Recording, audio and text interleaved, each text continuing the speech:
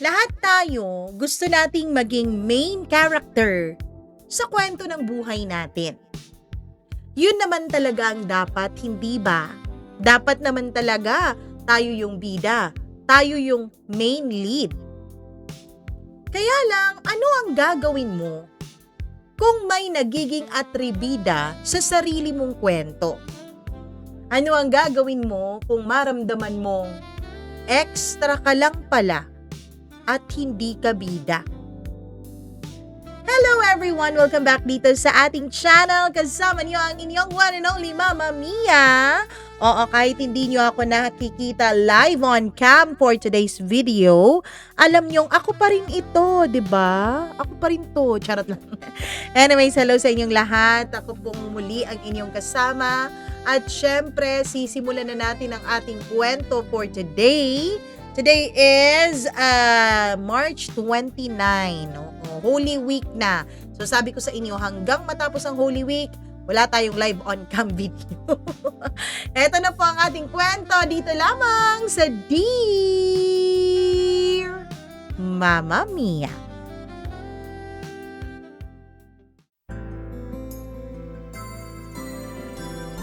Naramdaman mo na ba na parang hindi ka naman kasali sa kwento mong akala mo ikaw ang bida?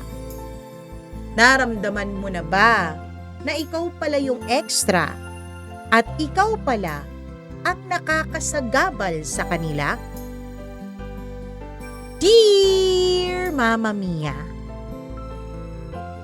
ako po si Kay. At kung may isang bagay akong natutunan pagdating sa pag-ibig, ay eto yun. Hindi lahat ng nagsisimula sa tahimik ay nagtatapos ng payapa.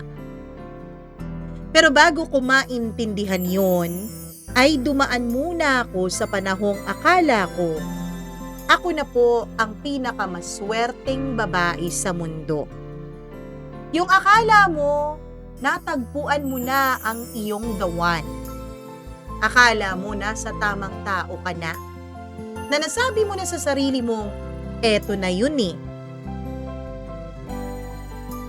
Hindi ako yung tipo ng babaeng madali pong ma-fall. Lumaki akong praktikal. Hindi ako naniniwala na totoo ang love at first sight. Lalong hindi sa mga cheesy na mga love story na parang hinugot lang sa pelikula. Para sa akin, ang pagmamahal ay hindi dapat minamadali. Pinag-iisipan yan. Pinipili yan. Siguro dahil na rin sa nakita ko sa pamilya ko. Lumaki akong saksi sa mga sigawan. Sa mga katahimikang mas masakit pa kesa sa mga harapang away. Sa mga matang pagod na pero pinipilit pa rin ngumiti. Kaya maaga pa lang, sinabi ko na talaga sa sarili ko, hinding-hindi ako papasok sa isang relasyon kung hindi naman ako sigurado. Kaya noong dumating si Kevin sa buhay ko, hindi agad ako naniwala sa dala-dala niyang pagmamahal. Birthday po yun ng kaibigan kong si May. Hindi ko nga sana pupuntahan pero naging makulit siya.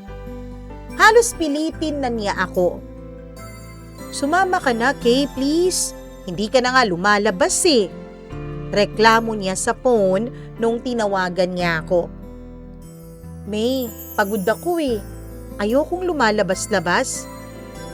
Sagot ko habang nakahiga pa noon sa kama. Pagod ka sa trabaho, hindi naman sa buhay. Kaya halika na please para makapag-unwind ka rin. Sa huli, dahil sobrang kulit talaga ng kaibigan kong ito, ay sumuko din ako. Hindi ko na alam na yung desisyon pala na yun ay magpapabago sa akala ko'y tahimik na takbo ng aking buhay. Pagdating ko sa venue ay agad akong sinalubong ng ingay. Tawanan, musika, at mga taong hindi ko kilala. Huminga ako ng malalim.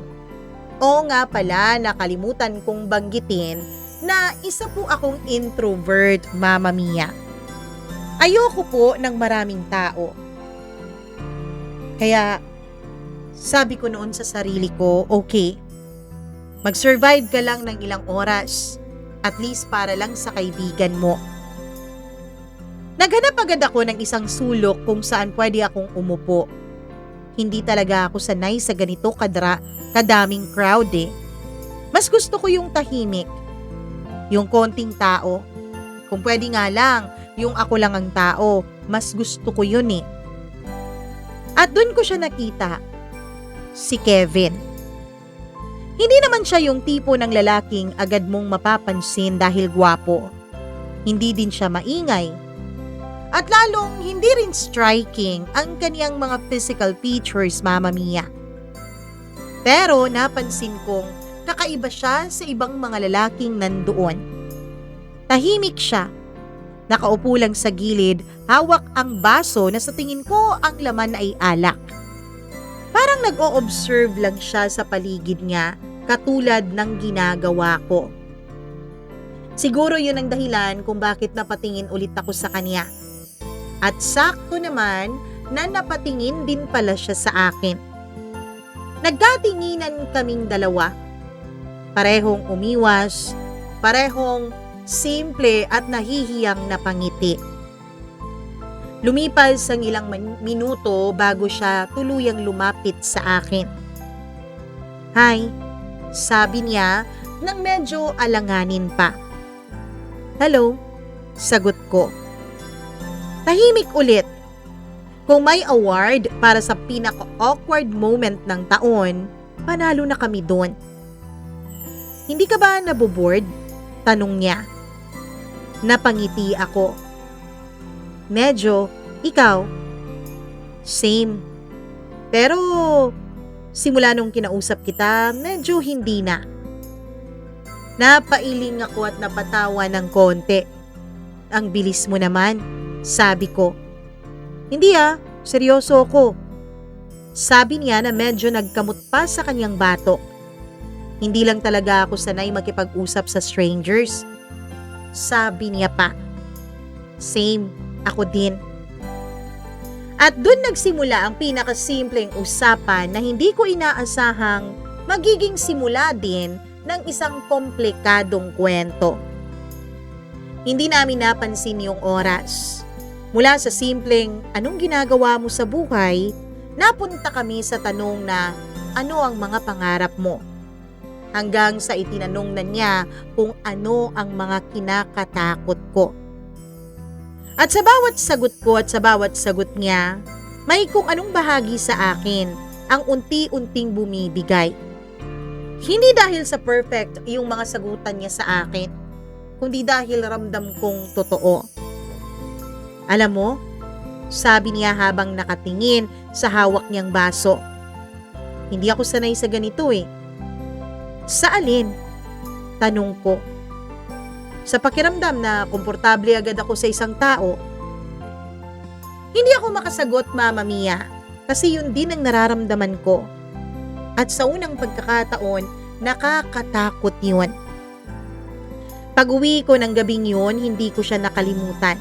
Hindi yung mukha niya, kundi yung pakiramdam habang kausap ko siya. Yung gaan. Yung katahimikan na hindi na awkward. Yung koneksyon na hindi pilit. Kinabukasan, nag-message siya sa akin. Hi Kay, nakauwi ka ba ng maayos kagabi? Simple lang. Walang mali siyang tanong pero sapat para mapangiti ako. At doon nagsimula ang araw-araw naming pag-uusap sa cellphone. Good morning messages, random na kwentuhan, mga tanong na walang katapusan. At sa bawat araw na lumilipas ay mas lalo ko siyang nakikilala, Mama Mia. At hindi ko maintindihan ang sarili ko kung bakit pakiramdam ko lalo din akong natatakot. Siguro alam ko sa sarili ko eh. Alam ko na kapag nagmahal ako, hindi ako yung kalahati lang. Hindi ako yung pwedeng try lang. Kasi nga sabi ko sa inyo, Naniniwala ako na ang pag-ibig dapat nino-nurture. Ang pag-ibig dapat inaalagaan. At alam ko na kapag ako ang umibig ay buong buo yun. Pero paano kapag nasira yun? Hindi ko na alam kung kaya ko pa bang buuin ulit ang sarili ko kapag nangyari yun. And yes, Mama Mia, overthinker talaga ako. Pero hindi ko pa rin napigilan. Hindi ko napansin kung kailan ako tuluyang nahulog kay Kevin. Basta isang araw, nagising na lang ako na hinahanap ko na siya. Inaabangan ko na siya at mahalaga na siya para sa akin. Ang hindi ko alam, Mama Mia, na sa likod ng mga ngiti, ng mga simpleng usapan, at ng mga pangakong hindi pa man nabibigkas, ay may isang pangalan pala na unti-unting papasok sa kakasimula palang kwento naming dalawa ni Kevin. Isang pangalan na babago sa lahat. Isang pangalan na magtuturo sa akin ng sakit na kailanman ay hindi ko pa nararanasan. Bago ko banggitin ang pangalan na yon, Mama Mia, hayaan niyo muna akong ipagpatuloy itong aking kwento. Hindi ko inaasahan na magtutuloy-tuloy yung communication namin ni Kevin. Sa totoo lang, sanay ako sa mga taong bigla na lang dumadating at nawawala. Yung tipong sa simula lang magaling, consistent sa unang linggo, sweet sa mga unang usapan, tapos biglang mawawala na parang bula. Kaya noong nag-message si Kevin kinabukasan ay ngumiti ako, pero pinilit ko ang sarili ko na wag umasa. Yung tanong niya na nakauwi ba ako ng maayos, ilang beses ko po yung tinitigan bago ako nag-reply. Oo, ikaw din ba?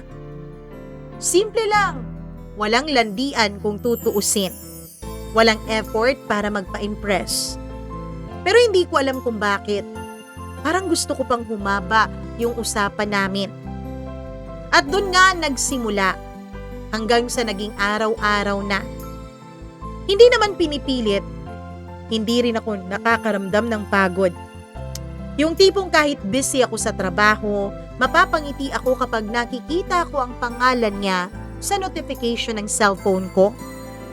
Good morning, kumain ka na ba? Anong ginagawa mo ngayon? Pagod ka ba sa trabaho?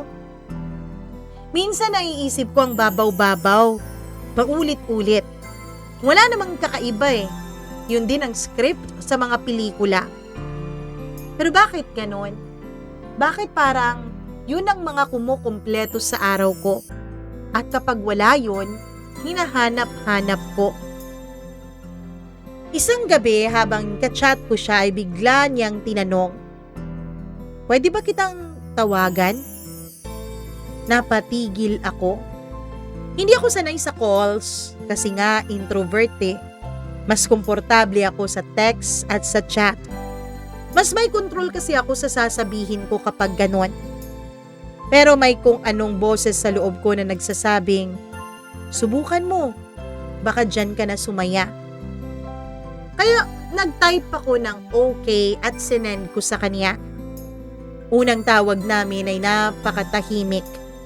Pareho naming hindi alam kung saan magsisimula. "Hello?" sabi niya. "Hello," sagot ko. Tapos natawa siya. Ang awkward natin, no? Napangiti ako nang sumagot ng medyo. Pero okay lang. At least sabay tayong awkward, dagdag niya. At doon ay unti-unting nawala yung kaba. Hindi namin namalayan na 2 oras na pala kaming magkausap. Mula sa simpleng kamustahan, napunta kami sa mga malalalim na bagay. Eto kay ay obserbasyon lang naman ano, huwag kang magagalit. Bakit parang tingin ko hindi ka madaling magtiwala sa tao? Tanong niya. Napaisip ako sa tanong na yon. Hindi ko agad nasagot. Kasi hindi madali para sa akin ang tanong na yon, Mama Mia. Siguro dahil ayokong matulad sa mga magulang ko, ayokong masaktan. Sagot ko sa huli. Tumahimik din siya sandali. Well, fair enough. Ako rin naman, ganyan din ang nararamdaman ko. Talaga? Oo, hindi lang halata, sabi niya. Doon ko unang naramdaman, Mama Mia. Hindi pala ako nag-iisa. Hindi lang pala ako ang may takot. Hindi lang pala ako ang may dinadala. At sa hindi ko maintindihang dahilan, mas lalo akong nagiging komportable kay Kevin. Lumipas ang mga araw, mas lalo siyang naging present sa buhay ko. Hindi naman siya yung tipong sweet lang sa salita. Pinapakita niya talaga sa gawa. Minsan, bigla na lang siyang susulpot sa labas ng office ko. Hi, sabi niya na may hawak na brown paper bag. Ano to? Tanong ko na naguguluhan. Food. Baka kasi hindi ka pa kumakain. Napangiti ako sa ginawa niyang yon. Hindi mo naman kailangan gawin to. Alam ko, pero gusto ko. Sagot niya. Simple. Diretso. Walang drama. Minsan, hinahatid niya ako pauwi. Minsan, hinihintay niya akong matapos sa trabaho ko kahit late na. At kahit hindi siya madaldal, ramdam ko yung effort niya, yung consistency niya, at yun ang pinakadelikado para sa akin dahil kahit hindi siya madaldal ay unti-unti pa rin akong nahuhulog sa kanya. Doon ako unti-unting bumibigay. Okay?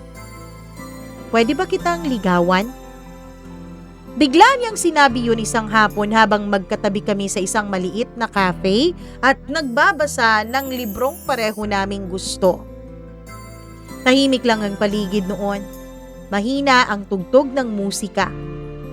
At ako, kahit na natili pa sa libro yung mata ko, ay hindi ako nakasagot sa tanong niya. Hindi dahil sa ayaw ko, Mama Mia, kundi may takot akong naramdaman. Hindi ko alam kung handa na ba ako. Hindi ko alam kung kaya ko bang magtiwala. Kung kaya ko bang isipin na hindi magiging katulad ng love story ng mga magulang ko ang relasyon na papasukin ko. Tahimik ka, sabi niya. Iniisip ko. Kung anong iniisip mo, okay lang. Hindi naman kita minamadali. Napatingin ako sa kanya. Kita ko na sincere siya, na hindi niya ako pinipressure. Hindi niya ako pinipilit at wala siyang ini-expect na sagot mula sa akin. Paano kung sabihin ko sa iyong, oo, payag ako? Tanong ko. Ngumiti siya. Yung ngiti na parang masayang masaya.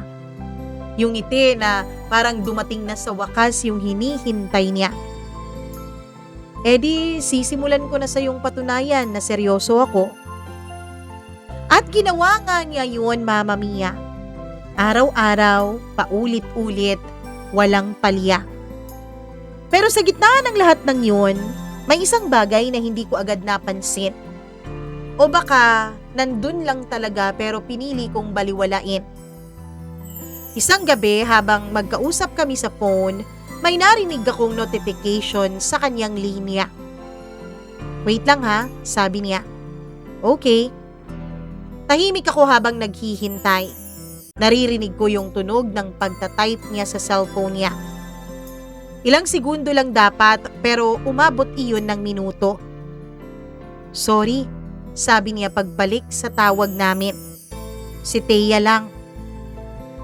Yun ang unang beses na narinig ko ulit ang pangalan na yun. Thea.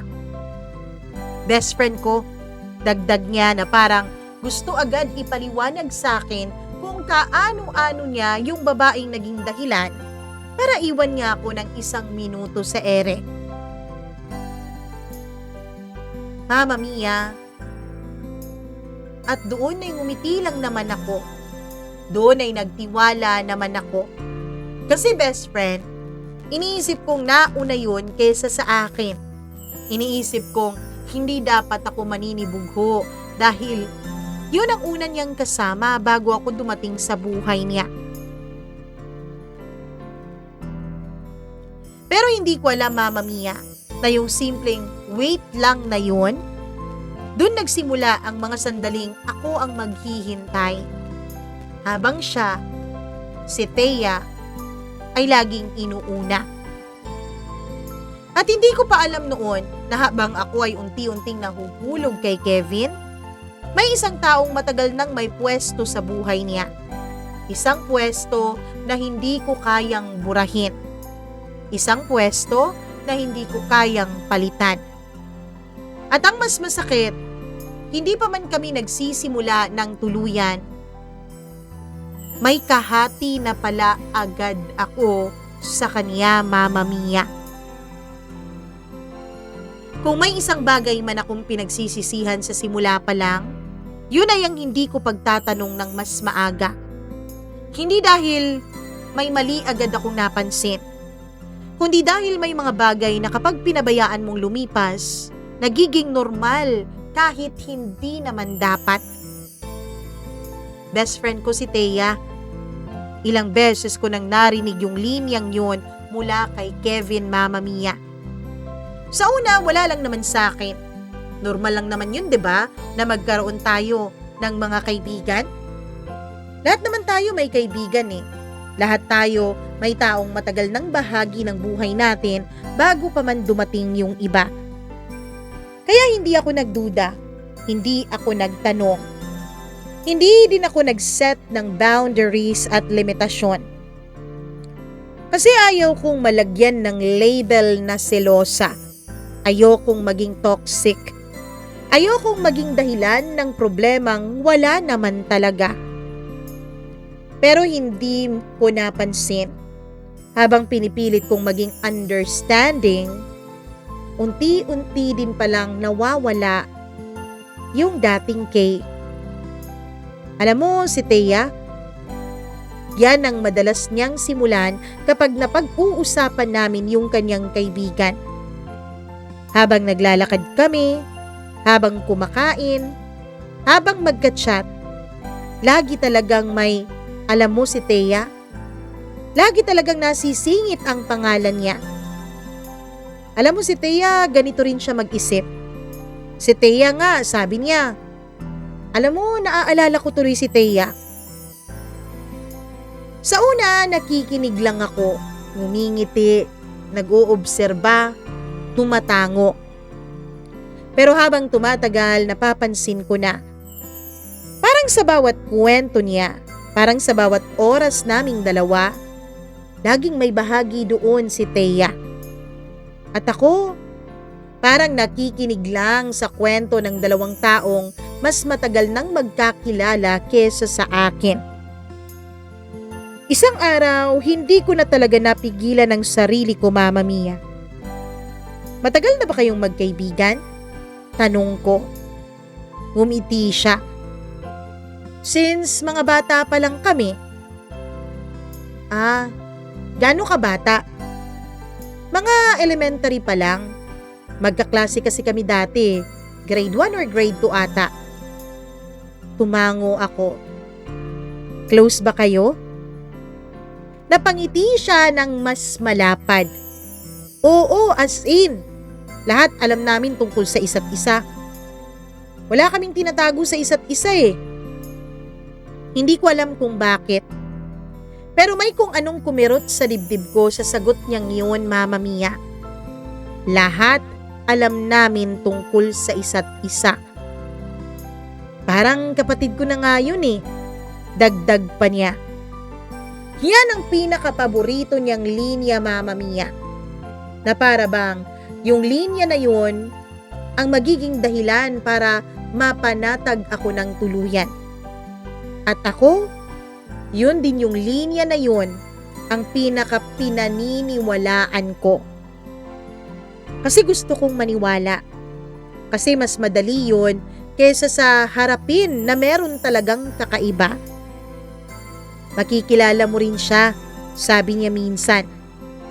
Talaga? Oo, gusto ka na nga niyang mamit eh. Ngumiti ako. Pero sa loob ko, Mama Mia, parang may kaba akong hindi ko maipaliwanag. Hindi dahil ayokong makilala si Thea.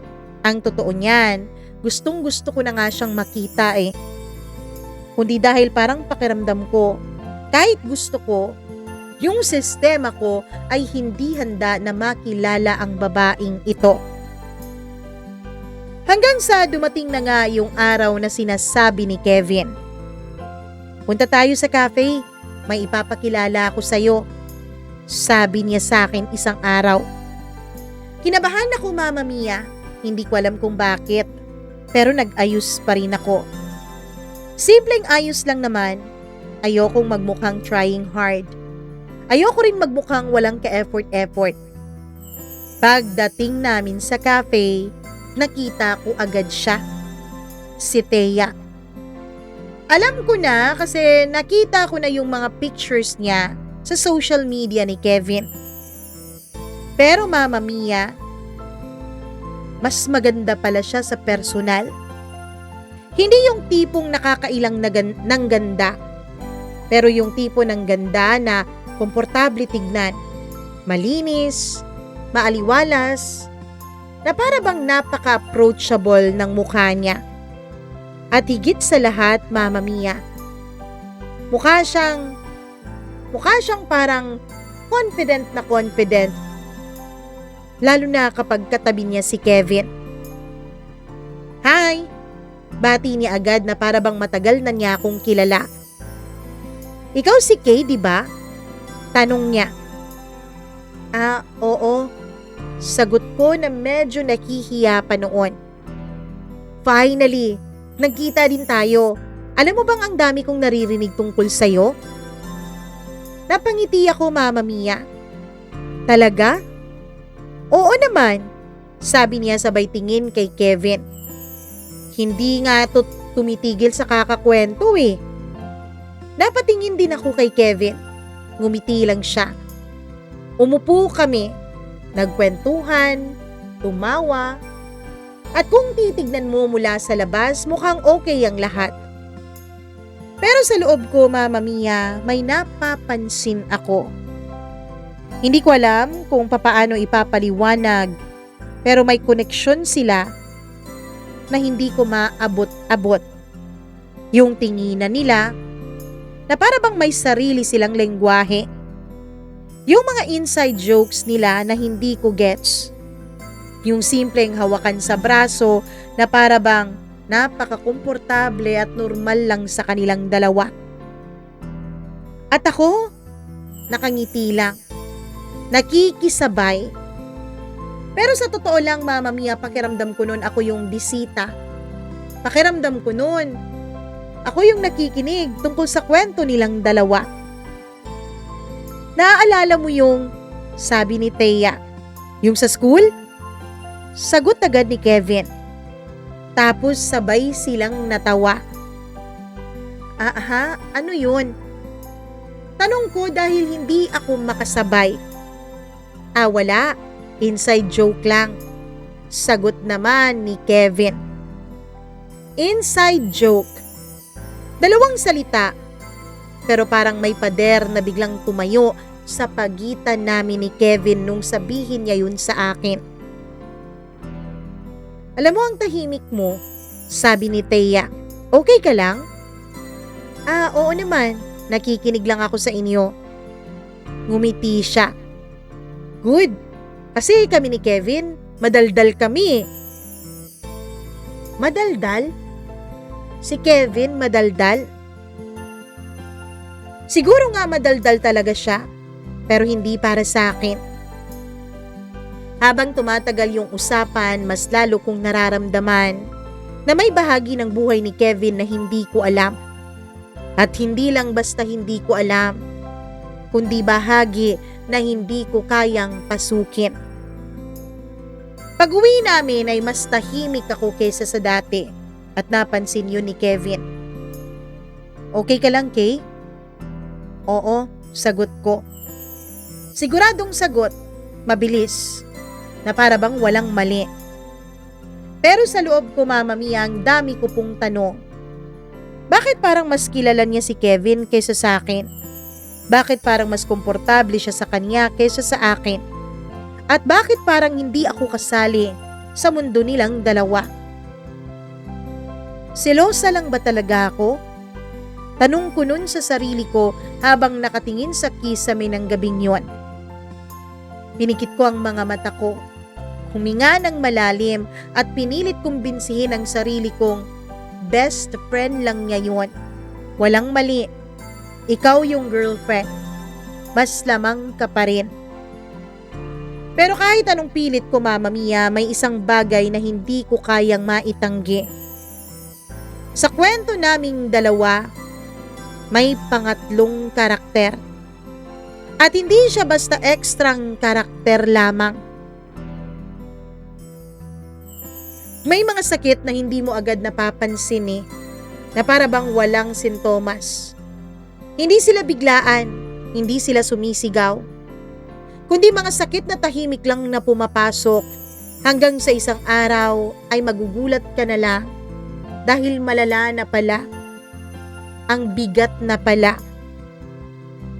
Ganon nagsimula ang lahat, hindi sa malalaking away, hindi sa malinaw na pagtataksil, kundi sa maliliit na bagay na paulit-ulit na nangyayari. Isang hapon nagkayayaan kaming pumunta sa park. Simple lang, di naman yung grande. Gusto ko lang talagang makasama ang boyfriend ko ng kami lang. Nang walang ibang pangalan, nang walang ibang tao sa kwento, kundi kaming dalawa lang talaga. Magkatabi kaming nakaupo sa isang bench, mahangin, tahimik. Yung tipong ang sarap lang huminga at magpahinga. Hawak ni Kevin ang kamay ko. At sa sandaling iyon, naniwala akong ako ang pinili niya. Hanggang sa biglang nag-vibrate yung cellphone niya sa kanyang bulsa. Napatingin siya agad dito. Parang reflex. Parang sanay na sanay siya. Parang importante yung mensahe para sa kanya. Hindi ko pinansin. Normal lang naman yun, 'di ba? Lahat naman tayo chine-check yung phone natin. Ngumiti siya at nag-type. Mabilis lang. Parang may kausap na sanay na siyang kausapin. Sorry, si Thea lang. Sabi niya. Ayan na naman. Si Thea na naman. Okay lang. At ngumiti ako. Hindi ko alam kung bakit pero may kumirot sa puso ko. Kaya lang hindi ko yun pinahalata sa kanya, Mama Mia. Akala ko matatapos na dun. Akala ko sinabihan na niya na magkasama kami at nirespeto yun ng babae pero hindi. Lumipas ang ilang minuto, hindi pa rin niya binababa yung cellphone niya.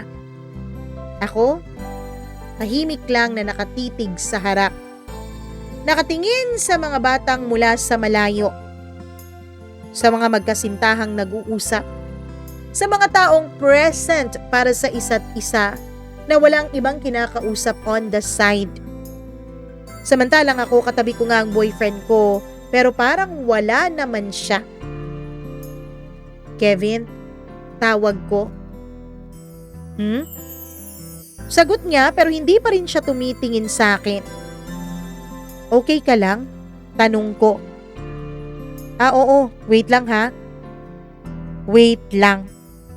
Ilang beses ko nang narinig yung dalawang salitang yon. At hindi ko alam kung bakit pero sa bawat wait lang niya, pakiramdam ko ako yung naiiwan, Mama Mia. Ilang minuto pa ang lumipas bago niya tuluyang ibinaba yung phone niya. Sorry, sabi niya na ngayon lang tumingin ulit sa akin. May problema ba? Tanong ko. Wala naman, nagkukwento lang. Nagkukwento lang pala. Hindi naman pala importante. Hindi naman pala mahalaga. Pero nagawa pa niya yung unahin kaysa sa ako na nasa harapan niya. Sagot ko. At doon ko napansin. Hindi ko na alam kung saan napunta yung moment namin. Yung simpleng katahimikan na kanina ay komportable, biglang naging mabigat sa pakiramdam ko. Anong pinagkukwentuhan niyo? Tanong ko na pilit pinapakaswal ang boses ko. Wala lang, random lang. Random. Hindi ko alam kung bakit gusto ko pang mas magtanong pa pero pinigilan ko ang sarili ko. Ayoko kasing magmukhang interrogating. Ayoko magmukhang selosa at praning. Kaya ngumiti na lang ako ulit, Mama Mia, at nagkunwaring okay lang ang lahat. Pero sa loob ko, may maliit na boses na nagsisimula ng magsalita. Bakit parang kahit ako yung girlfriend, hindi niya ako nakikita? Bakit parang mas laging importante si Thea kesa sa akin? Hindi ko pinansin ang tanong na yon. Lumipas ang mga araw na ulit-ulit. Iba-ibang lugar, iba-ibang oras. Pero iisa lang ang pattern. Magkasama kami, tapos magchat-chat si Thea. Tapos, wait lang ha. At sa bawat pagkakataon, mas lalo kong nararamdaman na hindi talaga ako priority. Isang beses nasa cafe kami, nasa gitna ako ng pagkukwento sa kanya. Masaya ako kasi natutuwa ako sa mga nangyayari sa trabaho. Nagkwento ako sa kanya tungkol sa mga pangyayari dun sa trabaho ko. Alam mo ba yung boss ko? Sabi niya sa akin. Tapos bigla siyang tumingin sa cellphone niya. Tumigil ako, Mama Mia. Na-distract ako sa pagkukwento ko. Wait lang ha, sabi niya. At dun na naman ako. Tahimik na naman. Naghihintay. Tinapos ko yung kwento ko pero sa isip ko na lang, Mama Mia. Hindi ko na binigkas kasi alam ko hindi naman niya maririnig. Pagkatapos ng ilang minuto ay bumalik siya. Bumalik yung atensyon niya sa akin. Sorry, ano nga ulit yun? Tanong niya. Ngumiti ako. Wala na. At doon ko unang naramdaman na kahit nandyan siya, hindi niya ako naririnig. Hindi niya ako nakikita. At ang mas masakit, hindi niya napapansin na nasasaktan na ako sa kanyang ginagawa. Overthinking lang to. Kasi overthinker ka eh. Sabi ko sa sarili ko isang gabi. Hindi ka naman niya siguro sinasadyang saktan. Best friend niya lang yun. Natural lang na matagal na silang magkakilala. Natural lang na may mga routine na sila na hindi mo alam. Paulit-ulit ko yung sinasabi sa sarili ko. Parang mantra. Parang proteksyon sa sarili ko. Na para bang sa pag-ulit-ulit ko ng mga salitang yun, pati sarili ko ay maniniwala na. Pero kahit anong pilit kong intindihin, may mga bagay na hindi kayang i-justify. Kasi Mama Mia, di ba kung mahalaga ka, hindi mo kailangang maghintay na lang palagi para mapansin?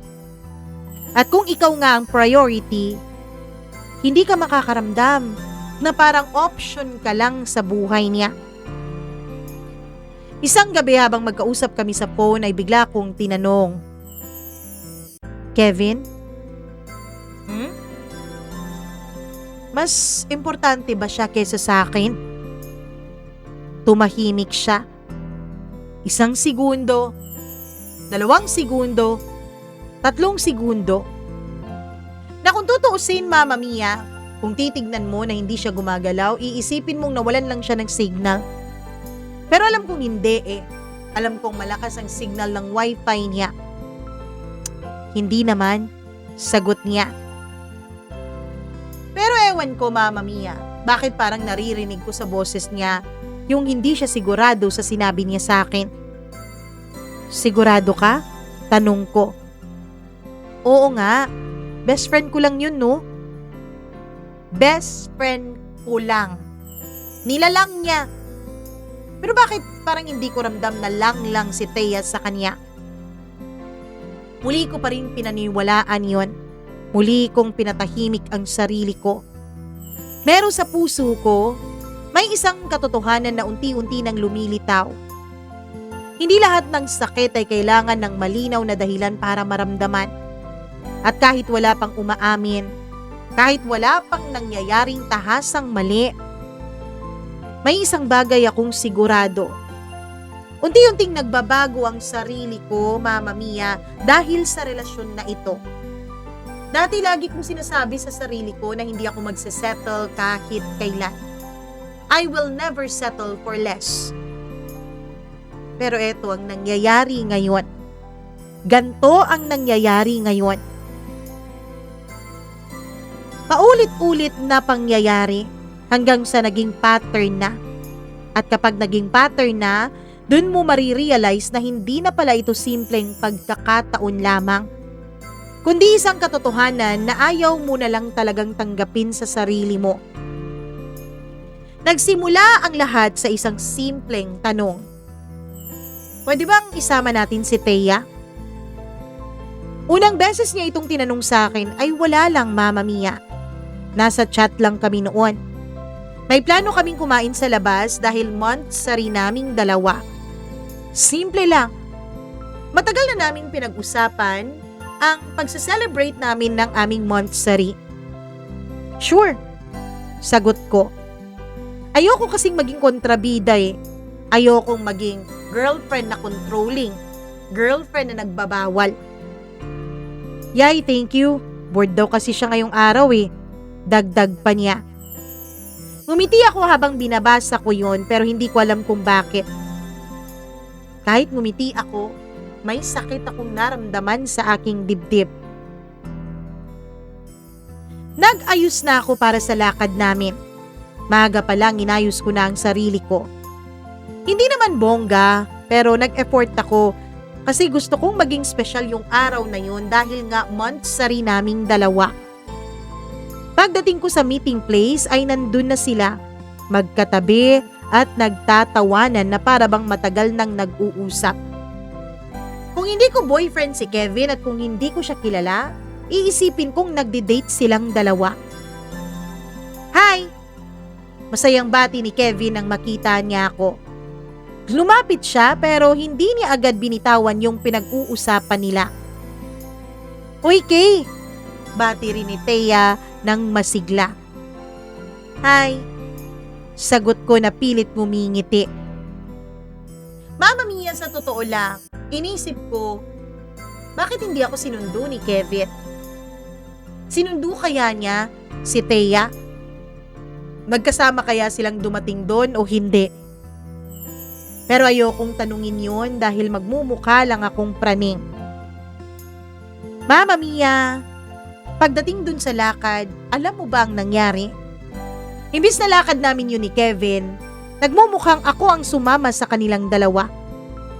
Unang hakbang pa lang nakaramdam na agad ako ng kakaiba. Naglalakad kaming tatlo pero silang dalawang magkatabi, magkausap. Ako ang nasa gilid. Hindi naman siguro sinasadya. Wala namang nagsabi. Wala namang malinaw na dahilan kung bakit ako nandun pero somehow, dun ako napunta. Naalala mo yung ano? Enthusiastic na sabi ni Thea. Oo, yung ano? Sagot agad ni Kevin. Tapos sabay silang nagtatawanan. Napapangiti na rin ako kahit hindi ko alam kung anong pinag-uusapan nila. Kahit parang hindi ako kasali. Anong nangyari? Tanong ko. Kasi gusto ko lang namang makisabay eh. Wala. Yung dati lang yun. Sagot agad ni Kevin. Yung dati. Isang salita na parang wala akong access tungkol sa buhay niya. Grabe yun, no? Dagdag ni Thea na humawak pa sa braso ni Kevin habang tumatawa. Hindi niya inalis ang kamay niya sa braso ng boyfriend ko. Parang hindi siya nahihiya na nandun ako. At si Kevin, hindi rin naman niya inalis ang kamay ni Thea sa braso niya. Napatingin ako sa kamay ni Thea, sa braso ni Kevin, sa pagitan nilang dalawa. At dun ko unang naramdaman na parang may lugar talaga si Thea sa buhay ni Kevin. Lugar na hindi ko kayang galawin. Saan tayo kakain? Tanong ko na pilit binabago ang topic. Actually, may nire-recommend si Thea. Si Thea. Masarap daw yun eh. Gusto kong sumigaw, Mama Mia. Gusto kong sabihin na months rin naming dalawa ngayon. Kaya dapat lang kami ang masunod kung saan namin gustong kumain, di ba? Pero bakit si Thea pa rin? Hindi ko alam kung bakit. Kahit nagsusumigaw na ang loob ko, walang boses na lumalabas sa bibig ko. Ganun yata katindi ang pagiging introvert ko eh. Okay, sagot ko na lang. Kasi ano pa ba ang gagawin ko? Habang kumakain kami, mas lalo kong naramdaman yung pagitan. Magkatabi sila habang ako ay kaharap ni Kevin. Nagkukwentuhan sila habang ako ay nakikinig lang. May mga pagkakataon na tinatanong din naman nila ako kung ano ang input ko sa pinagsasabi nila, pero sandali lang yon. Na para bang panakipbutas, na para bang obligasyon lang na tanungin ako dahil nandun ako. Pero hindi naman talaga nila gustong marinig yung sasabihin ko. Tapos babalik ulit sila sa sarili nilang mundo. Magtatawanan, magkukwentuhan, na para bang ako ang nakiki-third wheel sa kanila. Tahimik lamang ako. Paunti-unti ay ngumingiti, nauubos. Isang beses, nag-joke si Thea. Tumawa si Kevin ng malakas. Yung tipong tawa na hindi ko kailanman naririnig pa sa kanya kapag ako ang kaniyang kausap. Hindi ko alam kung talaga bang hindi nakakatawa si Thea o bitter lang ako kaya hindi ako natawa sa joke na yon. Bakit parang ang saya-saya ni Kevin tignan kapag si Thea ang kasama niya? Pagkatapos naming kumain, pagkatapos bayaran ni Kevin yung aming mga kinain, ay naglakad-lakad ulit kami. Pero ganun pa rin. Silang dalawang magkatabi habang ako ang nasa gilid.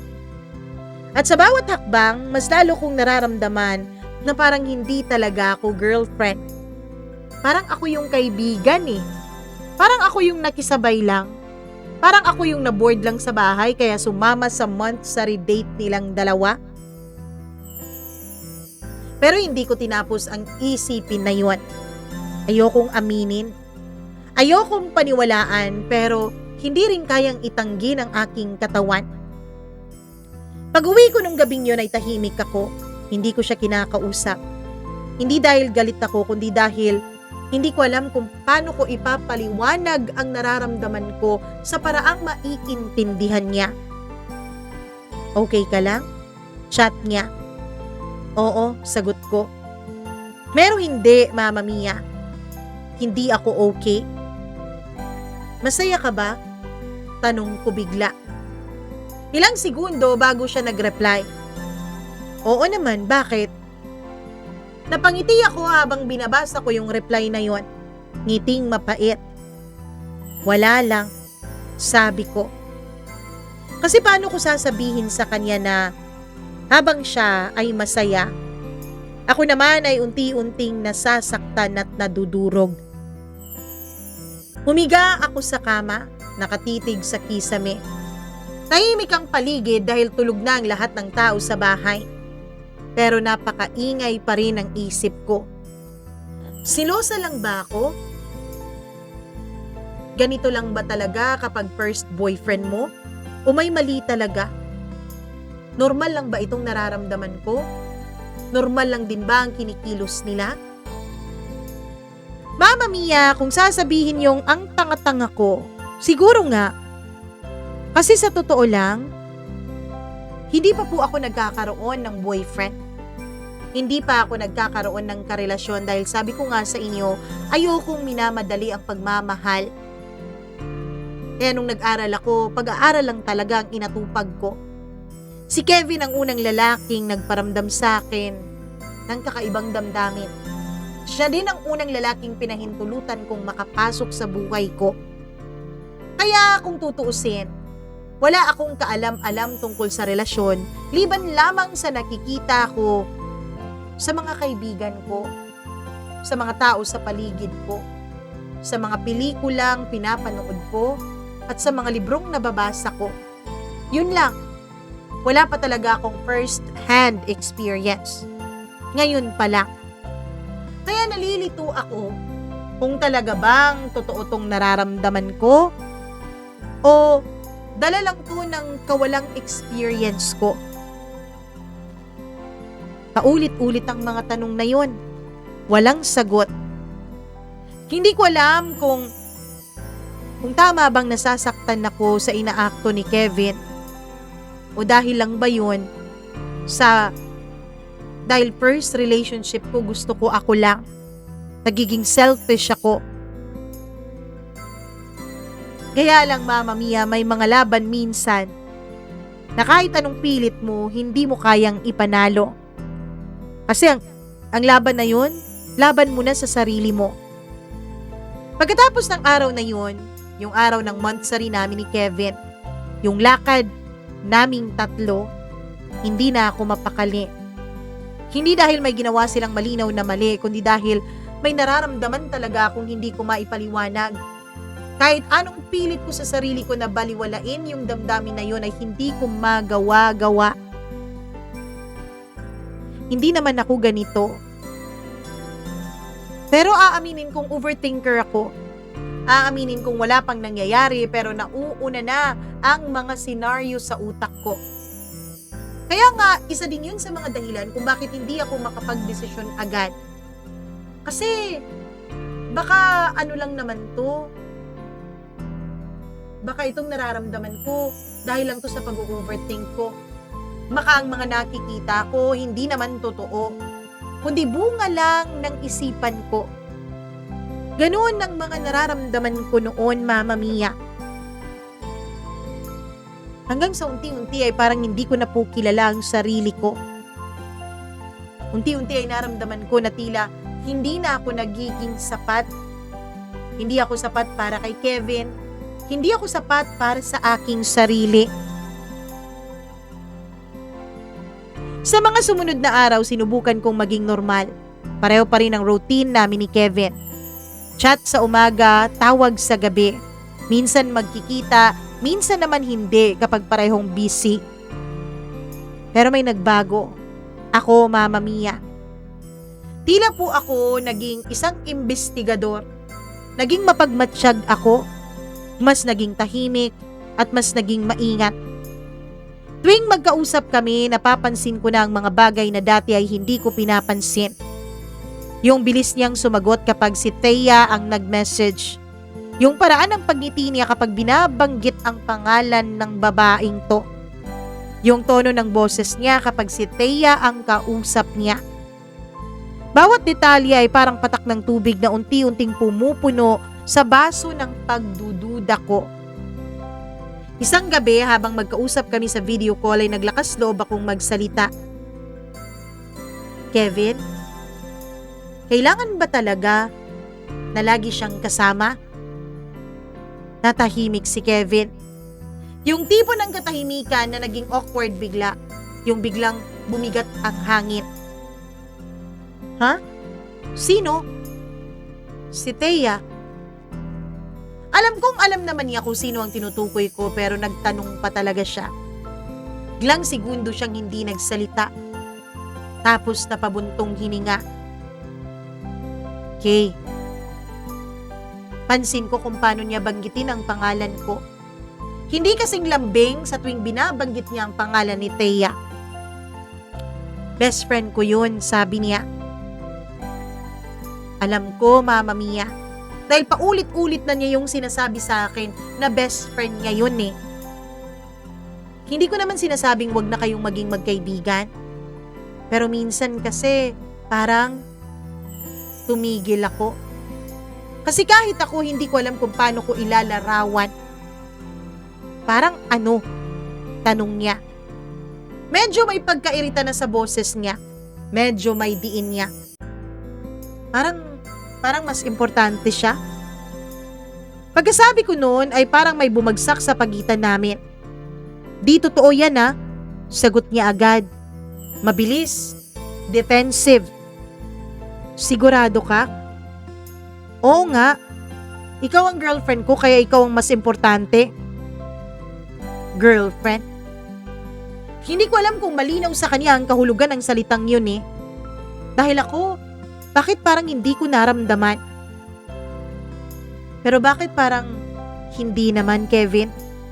Mahina akong tanong na nagpatahimik sa kanya ulit. Overthinker ka lang, sabi niya. 3 salita. Overthinker ka lang. Parang kutsilyo. Yun ba yun? Yun ba talaga ang nararamdaman ko? Imbento lang ba talaga ang lahat ng to? Hindi naman sa ganun. Dagdag niya na mas kalmado. Sanay lang talaga kaming dalawa sa isa't isa. Sanay. Dahil ba mas nauna siya sa akin? Bulong ko.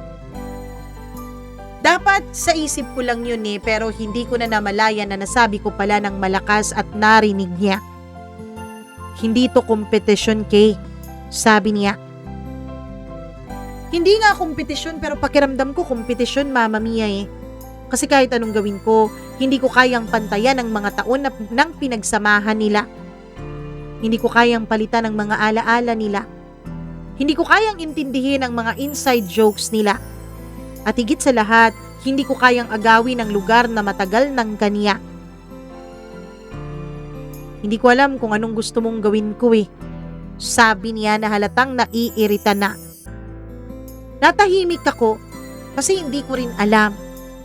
Ayoko namang mawalan siya ng kaibigan at ayoko rin na mawalan ako ng lugar sa buhay niya.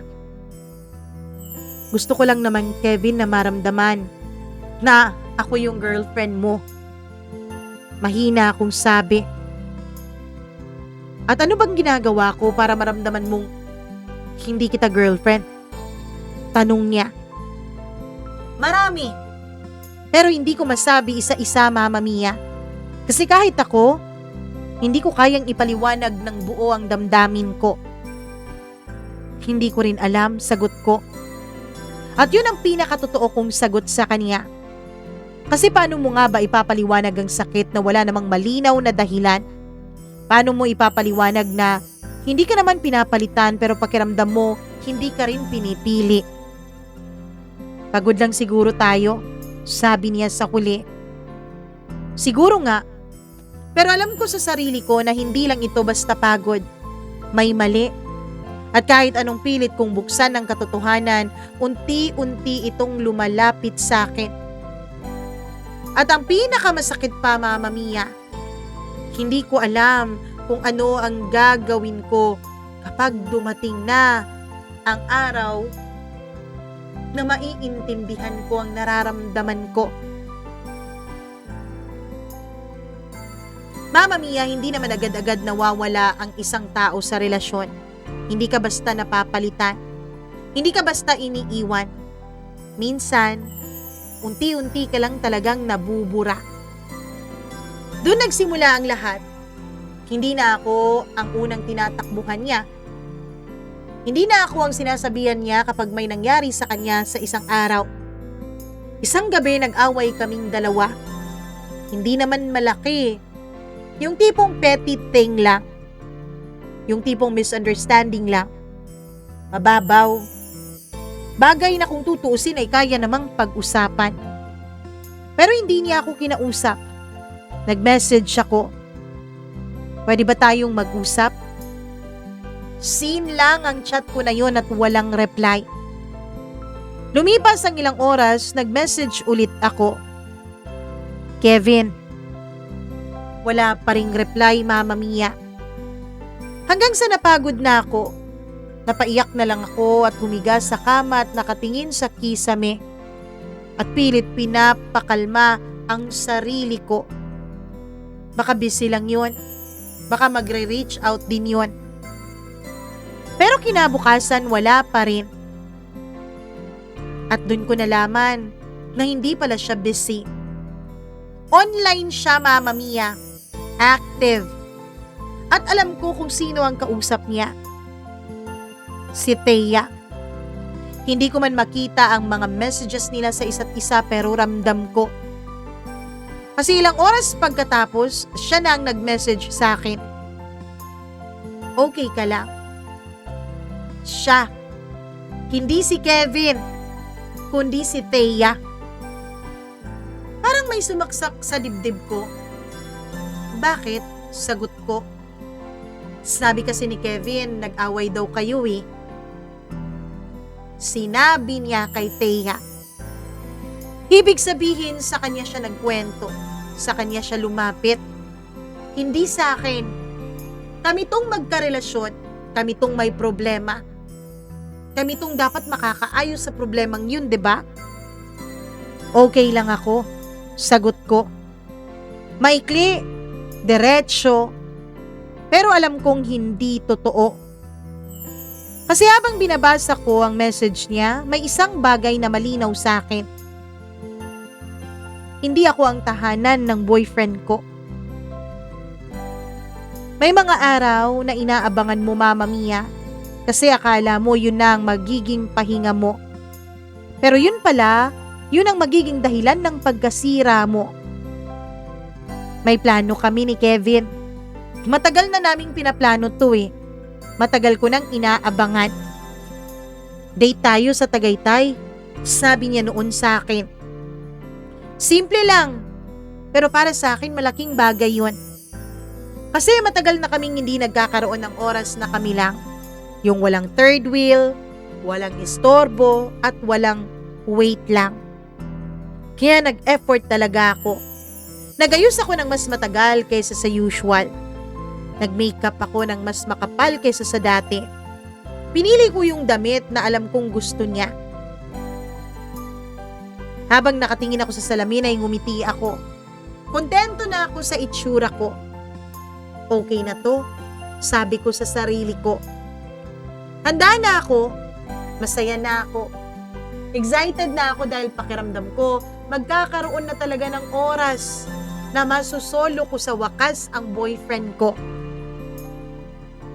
Hanggang sa nag-message siya.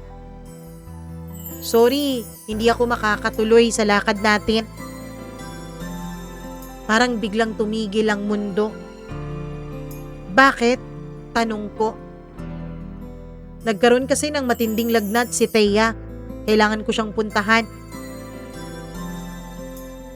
Mama Mia, parang tumahimik ang mundo ko. O mas mabuting sabihin na parang nabingi ako. Hindi ako agad nakasagot. Hindi dahil sa wala akong sasabihin, kundi dahil ang dami kong gustong isigaw sa kanya. Pero pinili kong magtanong ng mahinahon. Kevin, nagkasakit din naman ako minsan na. Pero hindi ka naman naging ganyan sa akin. Hindi ka naman lumiban sa trabaho mo para puntahan ako. Ilang segundo bago siya sumagot. Iba kasi to eh. Iba. Isang salita na yon na parang malinaw na linya na iginuhit niya sa pagitan naming dalawa. At hindi ako ang nasa mas mahalagang side. Kaya doon ako sumabog. Girlfriend mo ako, Kevin! Sigaw ko sa phone nang hindi ko napigilan. Bakit parang siya na lang lagi ang priority mo, ha? Kay may sakit siya. Sigaw niya pabalik. At ako, ha? Hindi ba ako nasasaktan? Tahimik siya. At sa katahimikang yun, may kung anong bumibigat. Hanggang sa may mas mabigat siyang sinabi sa akin. Tama nga talaga si Thea. Dapat hiwalayan na kita. Parang may sumampal sa akin. Hindi dahil sa lakas ng pagkakasabi niya noon, kundi dahil sa pinanggalingan ng salitang yon. Tama nga si Thea. Hindi lang ako ang kausap niya sa relasyon namin, kundi may iba. May ibang may mas boses. May ibang mas may say kaysa sa akin. Sino ba ang girlfriend mo dito? Mahina akong tanong. Pero kahit hindi siya sumagot, alam ko na. Para sa kanya, hindi ako ang girlfriend niya. Mama Mia, naisip ko, mas madali sigurong tanggapin kung nahuli ko siyang may ibang babae. Mas madali siguro kung may malinaw na pagtataksil. Kasi may masisisi ako eh. May pwede akong pagbuntungan ng galit ko. May pwede akong iwan. Pero ito, wala naman talaga silang label. O yung label nila, hindi naman talaga kasing halaga ng label namin. Walang malinaw na kasalanan. Pero bakit parang mas masakit? Mas masakit siguro kasi hindi niya ako niloko. Pero hindi rin niya ako pinili. Mama Mia, minsan pala ang third party ay hindi lang kabit. Minsan best friend din. At mas masakit kasi hindi mo siya pwedeng paalisin. Hindi mo siya pwedeng labanan. Hindi mo siya pwedeng ipahiya at hindi mo siya pwedeng kumprontahin at sabihing lumayo ka. Kasi technically, wala naman siyang ginagawang masama. Pero ramdam mo na may lugar siya sa puso ng taong mahal mo. Lugar na hindi mo kailanman mauukupa. Lugar na hindi mo kailanman mapapalitan. Mama Mia, hanggang ngayon ay masakit pa rin. Hindi na kami nag-usap ni Kevin matapos nun. Hindi ko na alam kung magkikita pa ba kami. Hindi ko na rin naisip kung may relasyon pa ba kami dahil sa totoo lang, wala naman po talagang hiwalayan na nangyari sa amin. Pagkatapos ng sigawan na yun ay natahimik na lang kami pareho at pinatay ang tawag. Hindi na rin siya nagpakita sa akin. 3 buwan na mula nung gabing yun na dapat sana ay nasa Tagaytay kami pero nagsisigawan kami sa phone. 3 buwan na nang hindi kami nagpaparamdaman sa isa't isa. Ang alam ko, walang ibang girlfriend si Kevin. Pero hindi ko rin makuhang maunang kumontak sa kanya, Mama Mia. Kasi sa totoo lang, pagod na ako eh.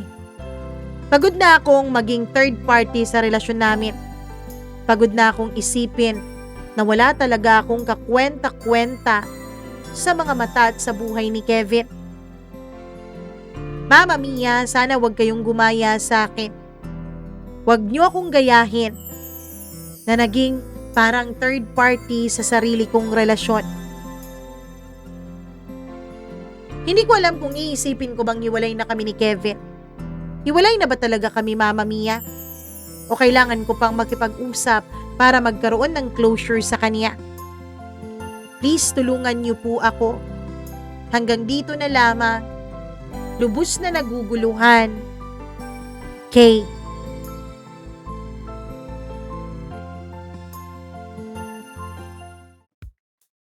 Grabe naman, di pala lahat ng third party, kabit minsan best friend. Uy, sa mga tao dyan, kung hindi pa po kayo handang mag-commit 100%, huwag kayong pumasok sa isang relasyon kasi nananakit lang kayo ng kapwa ninyo eh. Sa mga lalaki o babae dyan na may best friend, diba? Hindi na natin sasabihin kung opposite sex best friend kasi minsan, kahit yung same sex natin nagiging na rin kontrabida na rin sa ating relasyon. Sana, bago kayo magkaroon ng karelasyon, bago kayo magpapasok ng bagong tao sa buhay ninyo, sana alam nyo kung ano yung boundaries, kung ano yung limitasyon ng pagiging magkaibigan at pagiging mag-best friend ninyo. Hindi ko naman sinasabi na magaya kayo sa iba, na kapag may karelasyon na, nakakalimutan na yung mga kaibigan. Hindi naman ganon. Pero dapat, kapag bebe time. Walang kasaling kaibigan, 'di ba? Ganon. At sa mga may best friend naman dyan, kapag yung kaibigan ninyo, meron ng karelasyon, meron ng girlfriend, meron ng asawa, matuto naman sana tayong lumugar. Huwag nating ipangalandakan na, nauna ako, mas importante ako. Bakit parang nakikipagkompetensya pa tayo dun sa girlfriend? Dun sa boyfriend, 'di ba? Huwag na. Lumugar ka kung saan ka nakalugar. Magantay ka kung magko-confide sa'yo. Huwag kang makikisali sa relasyong hindi naman sa'yo. Not unless kung may nakita ka. Not unless kung may naramdaman ka. Pero kung pagsiselos lang yan dahil di ka na priority, pues umano ka dyan, umayos ka dyan na. Di mo sasabihin na, best friend ako, yung boyfriend, yung girlfriend, pwede pa yung maghiwalay. Kami, hindi. strong yung bond namin mula pa pagkabata namin. Kayo na. Kayo na yung may strong bond. Pero the fact remains na hindi ikaw yung karelasyon. Kaya matuto kang lumugar, matuto kang rumispeto, matuto kang magkaroon ng delikadesa. Yun. Ang dami ko pa namang kilalang taong walang delikadesa. Yung isa nga, nakumpronta ko pa. Charot! Char lang. Anyways, joke lang yan. Anyways, maraming salamat sa pagbibigay mo ng oras para magsulat dito sa ating programa, Kay. Thank you very much sa pag-share mo ng iyong masakit na nararanasan. Kung tanong mo, kung kailangan mo pa ng closure, kung yun ang magpapasaya sa'yo, kung yun ang magpapatahimik sa'yo, gawin mo. Dahil baka kapag in-advise ko dito na huwag ka na mag-closure, ganun. Dumating yung araw na magkaroon ka ng bagong karelasyon, tapos babalik si Kevin, tapos magiging magulo. Kawawa naman yung magiging karelasyon mo, 'di ba? So, ang gawin mo ngayon, kung talagang kailangan mo ng closure, di sige go, humingi ka ng closure, makipag-usap ka kay Kevin for the last time. Pero kung kaya naman na hindi, kung kaya mo naman ng kalimutan ng lahat, kung kaya mo naman ng i-unlove, kaya ba talagang i-unlove ang isang tao? Si Kevin, gawin mo na. Yun ang Pero kung tingin mo kailangan mo para totally makapag-move on ka na, yes, please, do that. Para hindi yan magiging trauma na dadalhin mo sa susunod mong relasyon. Napakasakit talaga na nangyari ng first love mo. Sabi pa naman nila, first love never dies. Charot! Anyways, maraming salamat sa inyong lahat. Hello sa inyo. Happy weekend. O kahit weekend na weekend, nandyan kayo't nakikinig sa atin. Kaya naman, I love you all. Hello sa ating mga members. Thank you so much sa pakikinig. Ay ako sa pinakamatagal na nating member na si Freaky0407. Ano to? April 7 or July 4? Hello din ako kay Mila Raduban, kay Gail Easy, kay Maureen Tugab, kay Maria Elena Abe 365. Oh, grabe. Oo, isang taon ka talagang Maria Elena Abe. Diane Martinez, kay Smack Dax, kay Benson Boyser 3958. Hi din ako kay Gimaras Girl, kay Colleen Bueno, kay Rico Sidanco, kay Rose Arevalo, Miriam Gutierrez, ayusin natin pagbabasa ng pangalan niya, Jasmine Magbanwa at Marilia Giana Shane. Maraming salamat sa pagmamahal at pagsuporta ninyo nitong atin pong channel. I love you all. Hi ako kay Rose Santiago na lagi daw nandito. Hi kay Fredeline de la Cruz, kay Leonida Ramirez. Maraming salamat. Hope you understand from Europe. Okay lang, uy. Wala namang problema. Ay din kay Melody Jane Prado, maraming salamat. Nasa Singapore si Madam Melody. Kay Ruby Ramos, kay Myrene Andrade, maraming salamat. Dagski Jazz 2528. Kay Nancy Garcia, maraming thank you Nancy. Rosita Cruz, hello sa'yo. Hi din ako kay 28. At sa lahat ng tagapakinig natin, maraming salamat. Ako pong muli ang inyong Mama Mia na magwa-warning ako na baka bukas at sa mga susunod na araw, magtatapos ng Easter Sunday, wala pa rin talaga tayong live on-cam video. Pero kapag may time tayo, gagawa natin, okay? I love you all. Mwah, mwah, mwah, mwah. Mag-ingat po kayo palagi. Bye-bye!